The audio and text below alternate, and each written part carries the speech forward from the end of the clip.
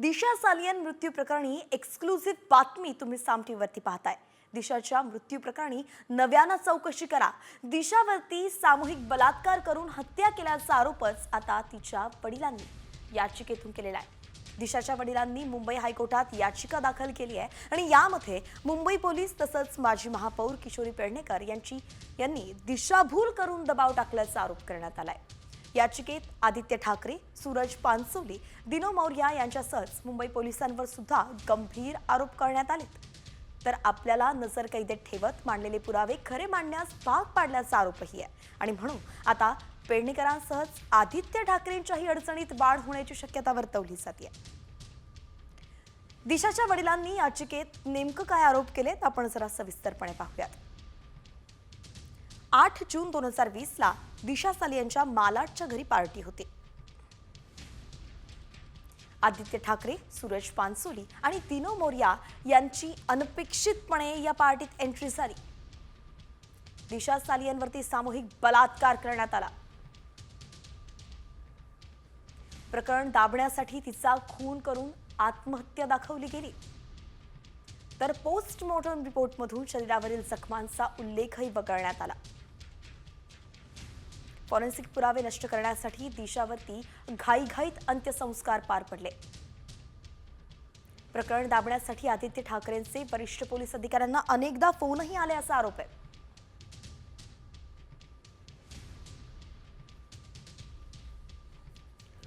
तर औरंगजेब प्रकरणातून मुक्तता मिळवण्यासाठीच आता दिशा सालियन फाईल्स बाहेर काढण्यात आल्याचा आरोप खासदार संजय राऊतांनी केलाय। ठाकरे गटाला बदनाम करण्याच्या प्रयत्नामागे नेमकं कोण आहे हे माहिती असल्याचा दावा सुद्धा राऊतांनी केलाय। नेमकं ते काय म्हणाले आपण पाहूयात। त्यांचं असं म्हणणं आहे की आमच्यावर दबाव होता, याच्यावरती कसा विश्वास ठेवणार आहात तुम्ही? ठाकरे कुटुंबाला, आमच्या संपूर्ण शिवसेना परिवाराला बदनाम करण्याचा सातत्यानं जो प्रयत्न सुरू आहे या माध्यमातून, आणि यामागे कोणाची प्रेरणा आहे, कोणाची शक्ती आहे आणि कोण पडद्यामागे हालचाली करत होतं याची सगळी माहिती आमच्याकडे आहे। अशाच प्रकारे राजकारण तुम्ही करणार असाल तर ते राजकारण तुम्हाला लखलाप ठरेल। दरम्यान दिशा सालियन प्रकरणात आता सखोल चौकशी करण्याची मागणी सुद्धा विरोधकांनी केलेली आहे आणि त्यामुळे आता होतीये काही चौकशी पाहावी लागणार आहे। मुनगंटीवारांनी सुद्धा म्हटलंय, तर कदमांनी सुद्धा म्हटलंय कुठल्याही पक्षाचा असला तरी कारवाई झालीच पाहिजे। म्हणून दिशा सालियनवरून आदित्य ठाकरेंच्या अडचणीत वाढ होण्याची शक्यता आहे।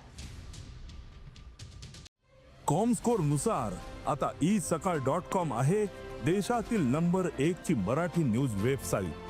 प्रत्येक अपडेटसाठी isakal.com ला नक्की भेट द्या। हे तुम्ही आम्ही कसं ठरवणार आहे?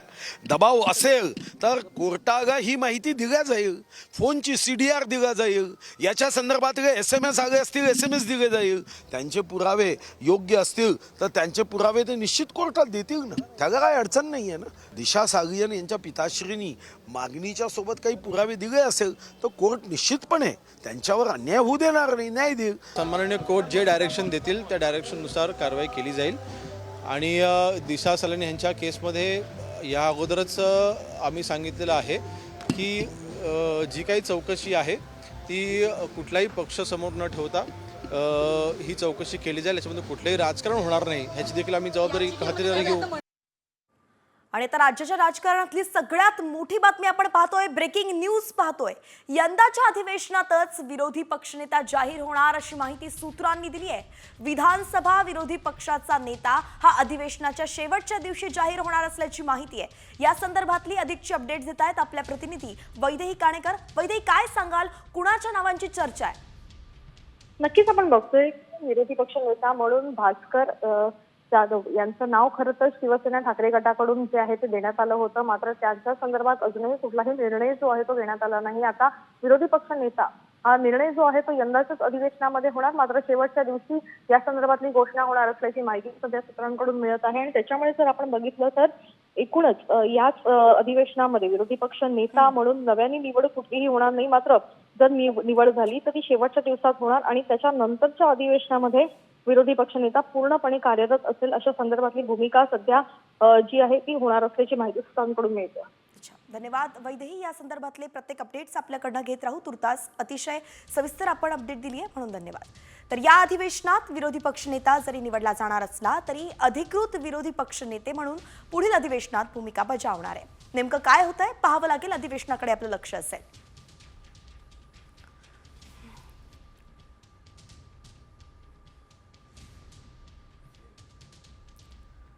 आणि यानंतर टॉप 50च्या माध्यमातून देशभरातील राज्यभरातील बातम्यांचा वेगवान आढावा. दिशा सालियन प्रकरणावरून मंत्री नितेश राणेंनी पुन्हा एकदा आदित्य ठाकरेंवरती निशाणा साधलाय. महाराष्ट्राच्या राजकारणात नवा बॉम्ब. दिशा सालियन प्रकरणी आदित्य ठाकरेंनी आमदारकीचा राजीनामा द्यावा अशी मागणी राणेंनी केलेली आहे.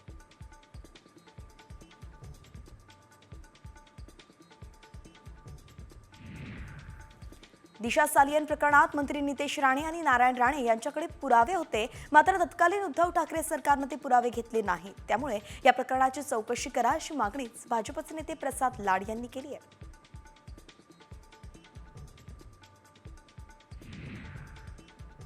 हल्ला करणाऱ्यांना कबरीतून खोदून काढू असा निर्वाणीचा इशाराच नागपूर दंगल प्रकरणी आता मुख्यमंत्र्यांनी दिलेला आहे. अफवा पसरवणाऱ्यांना सुद्धा घटनेत दोषी धरणार असंही फडणवीस म्हणाले.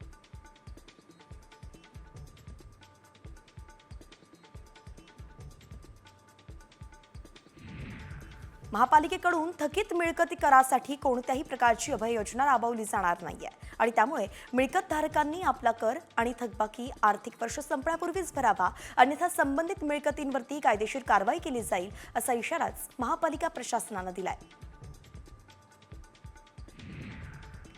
यूपीआय पेमेंट स्वीकारून आता मोठी कमाई करता येणार आहे. 2000 रुपयांपर्यंतच्या यूपीआय व्यवहारांवरती इन्सेंटिव्ह मिळणार आहे. केंद्रीय मंत्रिमंडळाच्या बैठकीत भीम यूपीआयद्वारे आर्थिक देवाणघेवाण करण्याला प्रोत्साहन देण्यात आलंय आणि या योजनेला आता मंजुरीही देण्यात आली आहे.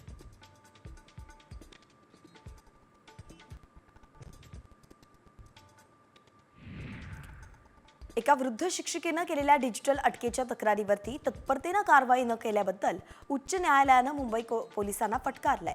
तर डिजिटल अटक आणि सायबर फसवणुकीच्या तक्रारी गांभीर्यानं घेत नसल्यामुळेच आता नाराजी व्यक्त केली आहे. या तक्रारींवरती योग्य आणि तत्परतेनं कारवाई करण्याचं न्यायालयानं पोलिसांना बजावलंय.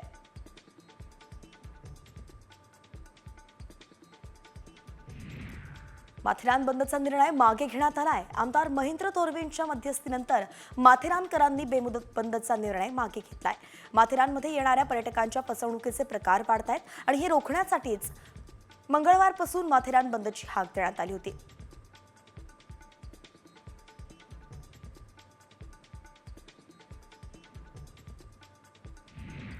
राज्यात बेरोजगारीचं विदारक चित्र आहे. पुण्यात 531 कारागृह महिला पोलीस जागांसाठी भरती सुरू आहे. तर या 531 जागेसाठी तब्बल 1,10,000 मुलींनी अर्ज दाखल केलाय. तर 26 मार्चला मैदानी चाचणी पूर्ण झाल्यानंतर पात्र उमेदवारांची लेखी परीक्षा 6 एप्रिलला होणार आहे.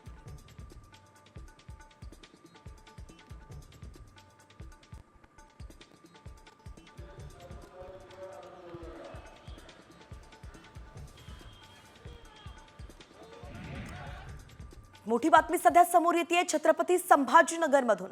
औरंगजेबाच्या कबरीची सुरक्षा मोठ्या प्रमाणात वाढवण्यात आली आहे. कुणीही आत जाऊ नये यासाठी प्रशासन आणि पुरातत्व विभागानं सुरक्षा सुद्धा उभारलेली आहे. आपले प्रतिनिधी माधव सावरगावे आपल्या सोबत जोडले गेलेत. माधव, काय सांगाल? सुरक्षा वाढवण्यात आलेली आहे, नेमका अशी परिस्थिती उद्भवू शकते का की ज्यामुळे आता पोलीस इतकं सतर्क झालंय?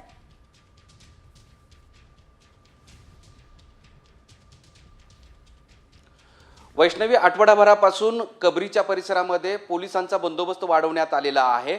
खुलताबाद परिसरामधल्या आणि त्याचबरोबर खुलताबाद शहरातले रस्ते बॅरिगेटिंग करण्यात आले आणि ठिकठिकाणी त्या ठिकाणी छावणीचं स्वरूप आलेलं आहे.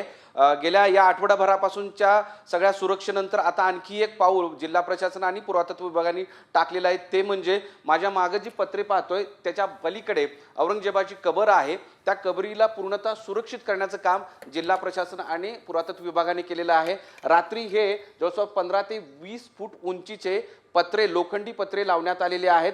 यापूर्वी इथे लोखंडी रॉड आणि त्याला कापड होता. आता तो कापड आणि लोखंडी रॉड काढून त्या ठिकाणी असे पत्रे उभारण्यात आले जेणेकरून औरंगजेबाच्या कबरीपर्यंत कोणीही जाऊ नये याची खबरदारी प्रशासनाने घेतलेली आहे.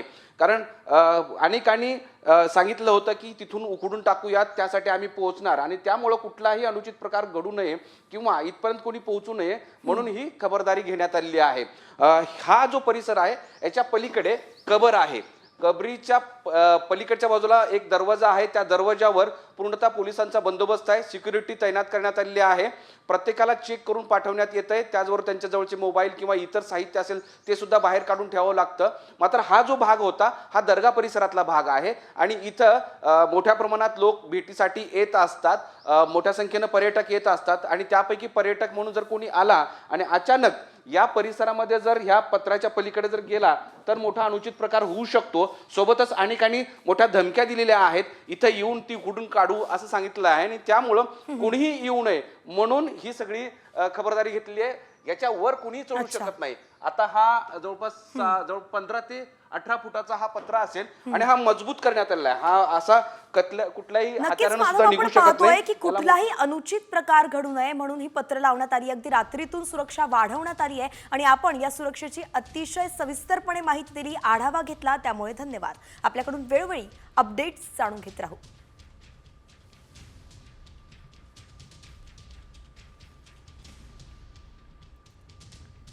आणि यानंतर पुन्हा वळतोय टॉप 50 कडे. उर्वरित बातम्या त्यांचा वेगवान आढावा घेऊयात. पुण्यात गुइलेन बॅरे सिंड्रोमचा उद्रेक संपुष्टात आला असला तरी त्याचं कारण अद्यापही अनुत्तरितच आहे. जीबीएस उद्रेकाला कारणीभूत ठरणारे जीवाणू आणि विषाणू मात्र पिण्याच्या पाण्यासहच कोंबड्यांमध्ये आढळून आले होते. दिल्लीहून लखनौला जाणाऱ्या इंडिगो विमानाच्या सीट्समध्ये बिघाड झालेला पाहायला मिळाला. टेक ऑफ नंतर काही वेळातच सीट्समध्ये बिघाड झाल्यामुळे नागरिकांमध्ये संतापाचं वातावरण निर्माण झालं होतं. तर ही संपूर्ण घटना कॅमेऱ्यात कैद झाली होती. सोशल मीडियावरती व्हायरल सुद्धा हा व्हिडिओ होतोय.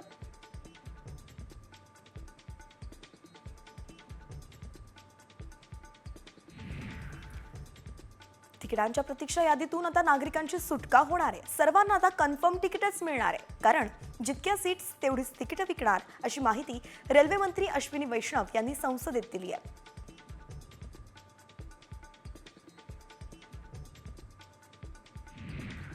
दोन 2025-26चं शैक्षणिक वर्ष 15 जूनलाच सुरू होणार आहे. शिक्षणाधिकाऱ्यांनीच या संदर्भातली माहिती दिली आहे. तर 1 एप्रिलपासून शैक्षणिक वर्ष सुरू करण्यासंदर्भात शासन स्तरावरून अजून निर्णय झालेला नाहीये आणि त्यामुळे पालक आणि विद्यार्थ्यांनी मनातील संभ्रम काढून टाकावा असं शिक्षणाधिकाऱ्यांनी सांगितलंय.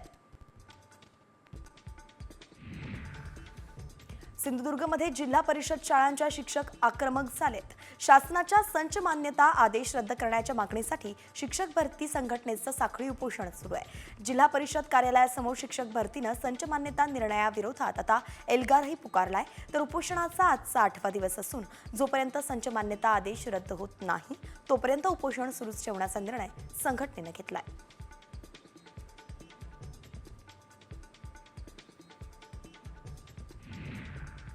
सतीश भोसले उर्फ खोक्याची आज पोलीस कोठडी संपली आहे. तर त्याला शिरूर कासार इथल्या फौजदारी न्यायालयामध्ये हजर करण्यात येणार आहे. खोक्याचा कोठडीतला मुक्काम वाढतोय की संपतोय हे आज कळेल. ढाकणे पिता पुत्रांना अमानुष मारहाण प्रकरणी सतीश भोसलेवरती गुन्हा दाखल आहे.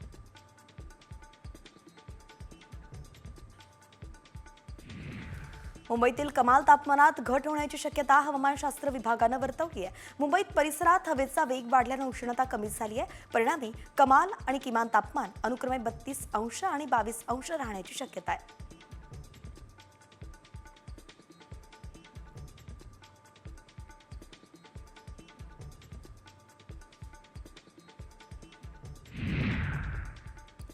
शिवरायांबाबत आक्षेपार्ह विधान करणारा प्रशांत कोरटकरला कोणत्याही क्षणी अटक होऊ शकते. मात्र अद्याप कोरटकर पोलिसांच्या हाती लागलाच नाहीये. कोरटकरच्या शोधासाठी कोल्हापूर पोलिसांचं पथक नागपुरात पोहोचलंय. कोरटकरचा मोबाईल बंद असल्यानं लोकेशन सापडत नाहीये.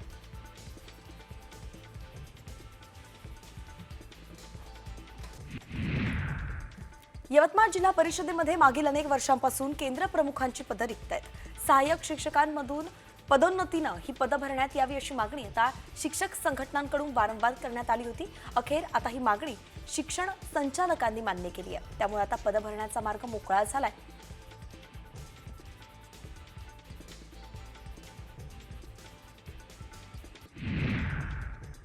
गावात स्मशानभूमीचा वाद असल्यानं महिलेचा मृतदेह तब्बल 11 तास ताटकळत ठेवण्यात आलाय. परभणीच्या गंगाखेडमधील सायाळा सुने गावामध्ये हा प्रकार घडलाय. याबाबत सामाजिक कार्यकर्ते गणपत भिसेंनी आवाज उठवला आणि त्यानंतर तहसीलदार, पोलीस प्रशासनानं गावात येत वाद मिटवला आणि अंत्यसंस्कारही पार पडले. पण हा वाद कायमस्वरूपी मिटवावा अशी मागणी भिसेंनी केली आहे.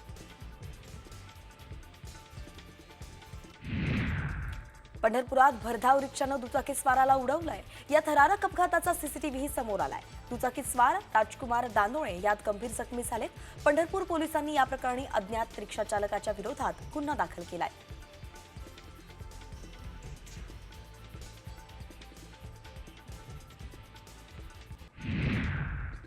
नंदुरबार जिल्ह्यातील सातपुडा पर्वतरांगेमध्ये जंगलांना भीषण आग लागली आहे. एकूण 15 ते 20 किलोमीटर पर्यंत आग लागली आहे. गेल्या 3 दिवसांपासून डोंगरांवरती आग भडकत असल्याची माहिती आहे. आगीचं कारण अद्यापही अस्पष्ट आहे. वन विभागाच्या माध्यमातून आग विझवण्याचा प्रयत्न अपयशी ठरले.